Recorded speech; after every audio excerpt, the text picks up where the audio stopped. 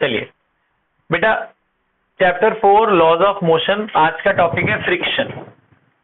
Friction आपने शायद पहले नहीं पढ़ा ना, फ्रिक्शन पहली बार पढ़ रहे हो आप 11th क्लास में।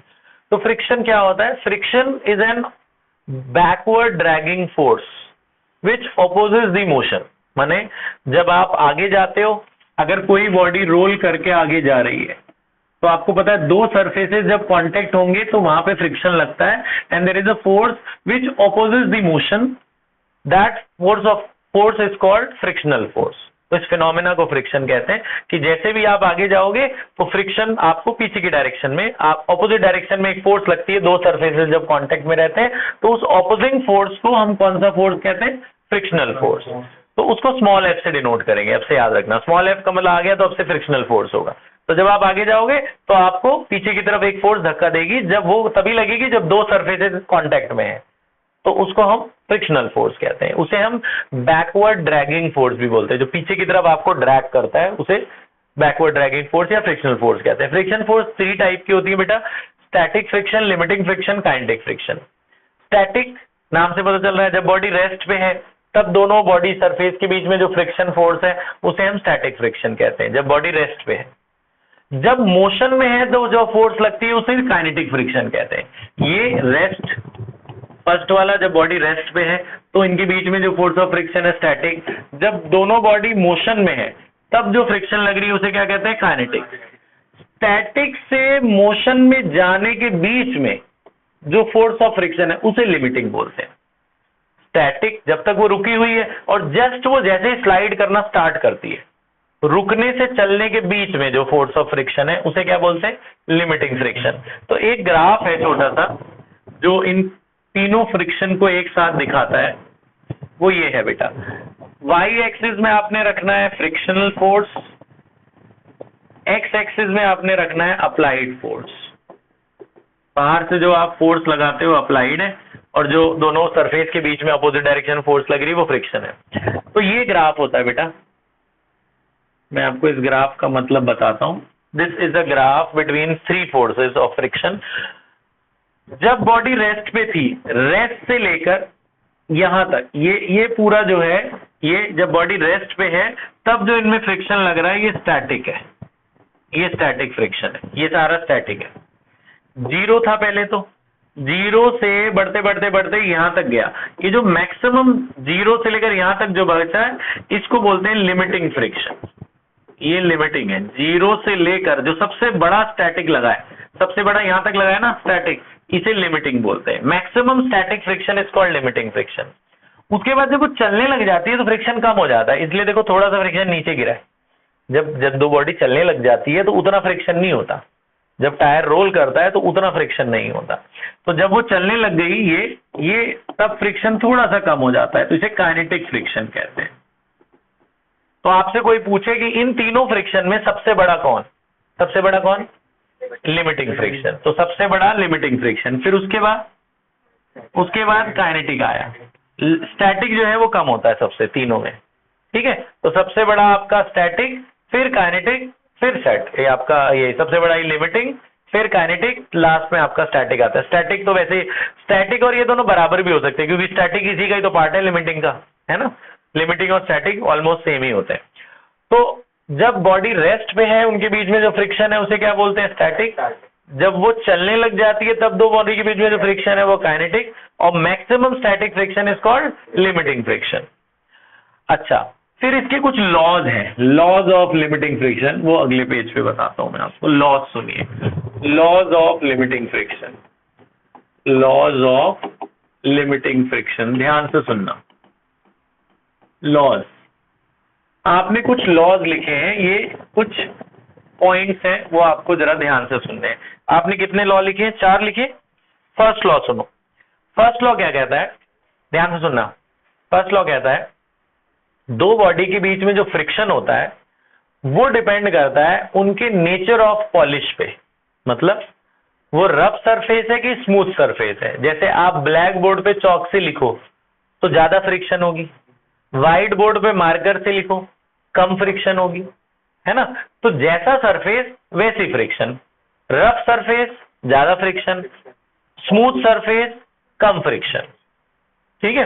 तो friction is a necessary evil, एक क्वेश्चन आता है, why friction is a necessary evil, friction हमारे जीवन में क्यों जरूरी है? क्योंकि फ्रिक्शन नहीं होगा, अगर इस बोर्ड पे पेन मेरा फिसलने लग जाए तो लिख ही नहीं पाऊंगा मैं। आप रोड पे चल रहे हो, फ्रिक्शन ही ना हो, आप स्लिप करके गिर जाओगे। फ्रिक्शन की वजह से ही हम चल पा रहे हैं ना, जमीन को आगे धक्का दे रहे हैं, फ्रिक्शन लग रहा है तभी हम चल पा रहे हैं। रोड पे गाड़ियों में फ्रिक्शन ना हो, टायर के बीच में स्लिप कर जाए, वो मुड़ ही ना पाए, फिसल जाएंगी चारों तरफ से, है ना। तो friction is a necessary evil because it is required in our day to day life. वो हमारी जीवन में हर जगह काम आती है, लिखने में, चलने में, है ना, हर जगह फ्रिक्शन बहुत जरूरी है। तो पहला लॉ क्या था कि friction depends on the state of polish, दोनों सरफेस के बीच में पॉलिश कैसा है उस पे फ्रिक्शन डिपेंड करेगा। ज्यादा रफ सरफेस ज्यादा फ्रिक्शन, स्मूथ सरफेस कम फ्रिक्शन। दूसरा लॉ कहता है कि अगर बॉडी जा रही है आगे तो फ्रिक्शन उसमें लगता है tangentially in the reverse direction. Tangentially, tangent आपको पता है, सर्कल पे एक लाइन को टच करने वाली लाइन को टेंजेंट कहते हैं। तो फ्रिक्शन हमेशा एक पॉइंट पे लगता है और ऑपोजिट डायरेक्शन में लगता है बॉडी के। बॉडी आगे जा रही है तो फ्रिक्शन पीछे की डायरेक्शन में लगेगा और tangentially in the opposite direction. Third law कहता है, फर्स्ट लॉ ठीक है, it depends on state of polish, second it acts on the opposite direction tangentially to the surface. Third law कहता है it is independent of this limiting friction is independent of area of the contact of the two bodies. दो body कितना area touch में उससे depend नहीं करता, क्योंकि वो तो एक पॉइंट पे लगता है फ्रिक्शन, वो एरिया का इंडिपेंडेंट होता है फ्रिक्शन। फोर्थ लॉ सबसे इंपॉर्टेंट है, वो क्या कहता है, जैसे मान लो ये बॉडी है, ठीक है, आपको पता है कि for every action body act, नीचे की तरफ वो कितना फोर्स लगाएगी बॉडी, जितना उसका वेट होगा उतना लगाएगी। तो for every action there is equal and opposite reaction, तो अर्थ भी उस पर एक फोर्स लगाती है, उसको क्या बोलते हैं, नॉर्मल रिएक्शन। एनसीईआरटी में इस नॉर्मल रिएक्शन को कैपिटल एन से डिनोट किया गया, तो जरा ध्यान रखना, कैपिटल आर लिखो चाहे कैपिटल एन लिखो एक ही बात है, कंफ्यूज मत होना। तो आप जितना, ये बॉडी जितना वेट नीचे लगा रही है, अर्थ भी उस पर उल्टी डायरेक्शन में उतना फोर्स लगाती है, उसे क्या बोलते हैं, नॉर्मल रिएक्शन। जब ये बॉडी आगे जाएगी तो जो फोर्स लगेगा वो कैपिटल एफ है, अप्लाइड फोर्स। तो इसमें फ्रिक्शन पीछे की डायरेक्शन में लगेगा, फ्रिक्शन इधर की डायरेक्शन में लगेगा ना, पीछे की डायरेक्शन में। तो वो कहते हैं कि जो इसमें ये सरफेस जब चलेगा तो यहाँ पे एक फ्रिक्शनल फोर्स होगी, फ्रिक्शनल फोर्स पीछे की डायरेक्शन में लगती है। So this frictional force depends on normal reaction. जितना ज्यादा नॉर्मल रिएक्शन उतना ज्यादा फ्रिक्शन। चौथा लॉ ये कहता है। तो नॉर्मल रिएक्शन किस पे डिपेंड कर रहा है, वेट पे। मैंने अगर आपसे बोले जी कार और ट्रक में किसका फ्रिक्शन ज्यादा होगा, तो ट्रक का ज्यादा होगा। ट्रक के टायर जल्दी घिसते हैं, कार के थोड़ा देर में घिसते हैं, उससे भी कम बाइक के घिसते हैं, उससे कम साइकिल के घिसते हैं, ज्यादा दिन तक चल जाते हैं, वेट कम है तो फ्रिक्शन कम लगेगा, तो फ्रिक्शन कम होगा तो टायर घिसेंगे कम। तो frictional force depends on normal reaction. जब इसने प्रोपोर्शनैलिटी हटाया तो एक कांस्टेंट लाया mu, mu is called coefficient of friction, mu is called coefficient of friction. इसकी कोई यूनिट नहीं होती, म्यू की कोई यूनिट नहीं होती, it is unitless and dimensionless, unitless and dimensionless quantity है, याद रखना है, mu is unitless and dimensionless. तो F equal to mu R, ये याद रखना फॉर्मूला। अच्छा, आर किसके बराबर है, mg के, तो यहाँ आर हटाकर mg भी लिख सकते हो। अगर बॉडी सीधी रखी है तो आर हटाकर आप mg भी लिख सकते हो। तो फ्रिक्शनल फोर्स का ये भी फॉर्मूला है, R F equal to mu mg, याद रहेगा ये। अब एक नया कंसेप्ट मैं आपको बता रहा हूँ, ये लिखवाया नहीं, अभी लिखवा दूंगा मैं आपको। बेटा एक डेरिवेशन आती है, prove that angle of friction, ध्यान से सुनना ये derivation, angle of friction is equal to angle of repose.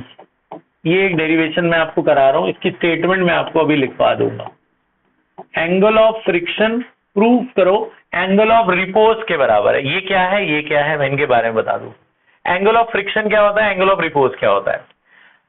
Angle of friction, ध्यान सुनना, मान लो ये बॉडी थी, वो सीधी सीधी सरफेस पे रखी थी, आपने देखा इसका वेट नीचे ऐड कर रहा है, वेट कितना ऐड कर रहा है, mg, नॉर्मल रिएक्शन ऊपर ऐड कर रहा है r, यहाँ पे फ्रिक्शन फोर्स है वो पीछे की डायरेक्शन में लग रही है f, है ना, तो पीछे की डायरेक्शन में लग रही है f। तो ये भी एक फोर्स है, ये भी एक फोर्स है, इन दोनों का एक रिजल्टेंट है ये, इन दोनों का एक जो रिजल्टेंट है ये रिजल्टेंट है, दो फोर्स का टोटल, किसका किसका, नॉर्मल रिएक्शन और फ्रिक्शनल फोर्स का जो रिजल्टेंट है, इस रिजल्टेंट के साथ नॉर्मल रिएक्शन जो एंगल बनाता है इसे एंगल ऑफ फ्रिक्शन कहते हैं। मैं अभी लिखवा दूंगा आपको definition. What is angle of friction? It is the angle between resultant and normal reaction. Resultant of these two forces and normal reaction is called angle of friction. ठीक है, अगर मैं यहां, अब मैं ये थीटा मुझे निकालना है तो मैं इस डायग्राम से कैसे निकालूंगा आपके लिए? अगर यहाँ पे मैं एक परपेंडिकुलर डाल दूं तो ये और ये सेम माने जाएंगे, यानी ये भी एफ की, ये पैरेलल वेक्टर्स आर इक्वल, ये और ये हम एफ ही मानेंगे इसको। तो ये एफ है, ये परपेंडिकुलर है, जिस लाइन में 90 थीटा होती है, जिस लाइन में 90 थीटा होती है उसे क्या कहते हैं? बेस। तो ये बेस का काम करेगा ना आर, इस लाइन में 90 और थीटा, और ये किसका काम करेगा? परपेंडिकुलर। परपेंडिकुलर अपॉन बेस क्या होता है? tan theta. परपेंडिकुलर की वैल्यू कितनी है? एफ। बेस की वैल्यू कितनी है? R. F by R equal to क्या हो गया? tan theta. तो दिस इज tan थीटा। ठीक है, तो ये जो आपका, इसको मैं थीटा के बजाय फाई ले लेता हूं। आप थीटा से फाई से किसी भी एंगल से डिनोट कर दो, तो यहाँ पे मैं इसको थीटा के बजाय ये एंगल को मैं फाई से डिनोट कर रहा हूं। तो यहाँ थीटा की जगह हम क्या ले लेते हैं? फाई। यहाँ भी थीटा की जगह फाई ले लेते हैं। अभी आपने पीछे देखो, ये आपने समझ में आए? Perpendicular by base equal to tan phi. Perpendicular F है, बेस क्या है? R. F by R equal to क्या हो गया? tan phi. पीछे देखो जरा, यहाँ देखो एफ इक्वल टू किसके बराबर है? Mu R. तो अगर मैं एफ के नीचे आर ले जाऊं, एफ के नीचे आर ले जाऊं तो वो किसके बराबर है? म्यू के। तो एफ बाय आर को हटाकर क्या लिख सकते हो? म्यू। तो आगे आप इसका यूज करो, ये जो एफ बाय आर है, एफ बाय आर को हटाकर क्या लिख सकते हैं? Mu. Mu is equal to tan phi. इसको पहली इक्वेशन करके छोड़ देना। This is a relation of angle of friction and coefficient of friction. ये उसका रिलेशन है, mu coefficient of friction, phi angle of friction. यहां छोड़ देना। अगला एंगल ऑफ रिपोज, हमें क्या प्रूव करना है? ये फाई एंगल ऑफ फ्रिक्शन और एंगल ऑफ रिपोज को थीटा से डिनोट करते हैं। हमें प्रूव करना है फाई और थीटा बराबर है। अब ये एंगल ऑफ रिपोज होता क्या है? फ्रिक्शन समझ में आ गया तुम्हें क्या होता है? रिजल्टेंट फोर्स और नॉर्मल रिएक्शन के बीच का जो एंगल है, angle of friction. Angle of repose वो होता है जो हमने कल पढ़ा था, इंक्लाइंड प्लेन होता है ना, ढलान, फ्लाईओवर से नीचे आ रहे हो आप, बॉडी यहां रखी हुई है, मैंने आपको कल बताया था। इंक्लाइंड प्लेन कितना एंगल बनाती है जमीन के साथ, वो फ्लाईओवर अर्थ के साथ कितना एंगल बना रहा है, उसे एंगल ऑफ रिपोज कहते हैं। ठीक है, तो हमें प्रूव करना है ये थीटा और ये फाई इक्वल है। तो कैसे करेंगे? मैंने आपको कल बताया था, जो बॉडी है यहाँ पे रखी है, उसका वेट नीचे एक्ट करेगा। वेट कितना होता है? mg, है ना। फिर मैंने आपको बताया था कि अगर बॉडी टेढ़ी रखी है तो नॉर्मल रिएक्शन भी ऐसा लगेगा इस डायरेक्शन में। नॉर्मल रिएक्शन का मतलब 90 डिग्री। तो नॉर्मल रिएक्शन जो लगेगा इसमें, ये आर लगेगा, वो 90 डिग्री बनाएगा ना सरफेस के साथ, ये 90 है। आपको बताया था ये एंगल भी थीटा ही होता है। फिर बताओ जरा क्या क्या था? इस फोर्स को क्या कहते हैं? This force is mg cos theta. जो एब्सेंट थे बेटा मैं आपको ये बता दूंगा ये कैसे आया। अभी आप ये याद रखो, मैंने कल इनको बताया था कैसे आया था। ये बेस है वैसे बेटा, ये बेस है। बेस हाइपोटेन्यूज साथ क्या बनाता है? cos। तो ये आएगा mg cos थीटा। ये परपेंडिकुलर है, परपेंडिकुलर इसके साथ साइन बनाता है, इसे mg sin थीटा। फ्रिक्शन ऊपर लगेगा, जब बॉडी नीचे फिसलेगी तो फ्रिक्शन कहाँ लगेगा? ऊपर। अगर बॉडी रेस्ट पे रहती है, बॉडी रेस्ट पे है, तो मैंने आपको बताया था दिस इक्वल टू दिस, इसने इसको बैलेंस कर रखा है, एफ ने किसको बैलेंस कर रखा है? mg sin थीटा को। एट रेस्ट यहां बता देना, अगर बॉडी रेस्ट पे है तो एफ किसके बराबर होगा? mg sin थीटा के। और आर किसके बराबर होगा? आर बराबर होगा mg cos थीटा। इनको जरा डिवाइड करो, एफ बाय आर डिवाइड करने पर क्या होगा? mg कट नहीं जाएगा? डिवाइड करोगे तो यहाँ mg कट जाएगा, क्या बचेगा? Sine upon cos, sine theta divided by cos theta. Divide करा आपने, mg कट गया, ये mg कट गया, sine theta by cos theta is tan theta. फिर आपने पीछे देखा F by R, F by R को क्या लिख सकते हैं आप? म्यू। तो ये जो एफ बाय आर है, एफ बाय आर को हटाकर क्या लिख देते हैं? म्यू। ये सेकेंड इक्वेशन हो गई, दिख रहा है? अब आप देखो फर्स्ट और सेकेंड इक्वेशन में एलएचएस सेम है, म्यू म्यू के बराबर है एलएचएस, तो आरएचएस इक्वल हो गए। तो यहाँ लिख देना from 1 and 2, from equation 1 and 2, जब एलएचएस इक्वल है तो आरएचएस इक्वल हो गए। tan फाई किसके बराबर हो गया? tan theta. तो tan phi is equals to tan theta, तो tan गए तो phi किसके बराबर हुआ, थीटा। तो angle of friction equal to angle of repose. ये phi क्या था, एंगल ऑफ फ्रिक्शन, ये आपको प्रूव करने को आ सकता है। Angle of friction is equals to angle of repose. ये छोटी सी डेरिवेशन है, ये आप कर लो, और ये लॉज वगैरह ये लिख लो आप फोर्थ में। पॉज कर दे बेटा।